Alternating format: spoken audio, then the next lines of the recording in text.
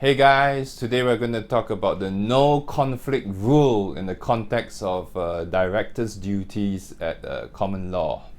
A director is obliged, by common law duties not to place himself in a position where his duty to the company may conflict with his own interests. Why?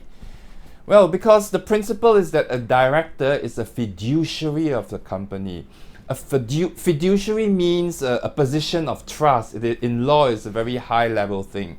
So, a director is a fiduciary of the company. He has to act in good faith and trust towards the company.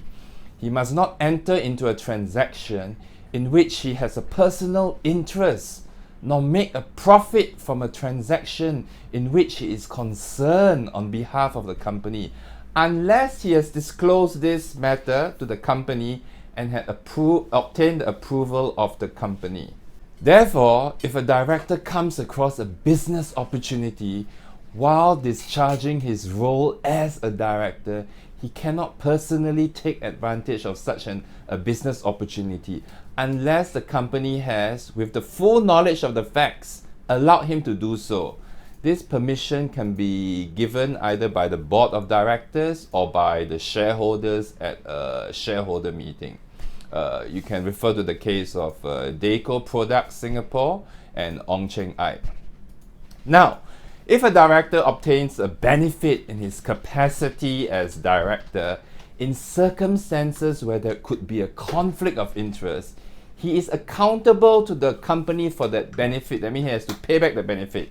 I will now talk about the no profit rule. The no profit rule states that a director may not use the property or money of the company to make a profit for himself. Number two, the director cannot use information acquired by virtue of his position as director to make a profit for himself. That means if he comes across documents or opportunities, he cannot use it to make a personal profit for himself. Number three, he cannot make use of his position as director to obtain a profit for himself. Number four, he cannot obtain a profit by reason of and in the course of his fiduciary relationship with the company. Let me discuss the famous case of First Limited and Tom Keys, which is an Australian case. The defendant, who is Tom Keys, was the managing director of the plaintiff First. So, a part of the plaintiff First Limited, just one part, was being sold to a buyer. The defendant, the managing director, was in charge of negotiating the deal. So the company First, the plaintiff, informed the defendant, who's the managing director, that he won't be employed by the plaintiff after the deal. In other words, after the plaintiff First Limited, a part of it was sold, the managing director would be fired, would be told to leave or whatever.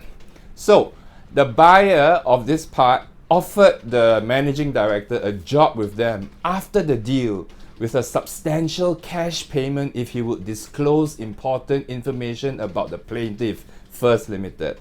So the defendant accepted the money, but which led to a reduction of the purchase price because the buyer found out some things he didn't like about it. So the plaintiff discovered the substantial cash payment and claimed breach of fiduciary duty.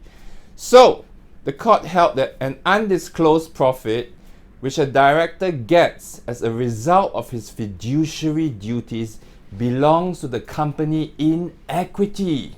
It doesn't matter that the profit was of a kind which the company could not have ever itself have obtained, or that no loss was caused to the company by the gain of director. So in other words, even if the director makes money but no loss to the company, the company doesn't make any losses, it doesn't matter. It still breaches the no conflict rule.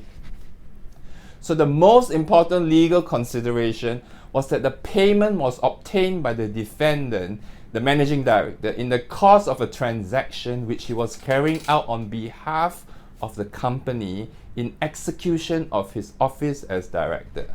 So thanks for watching this video on the no conflict rule.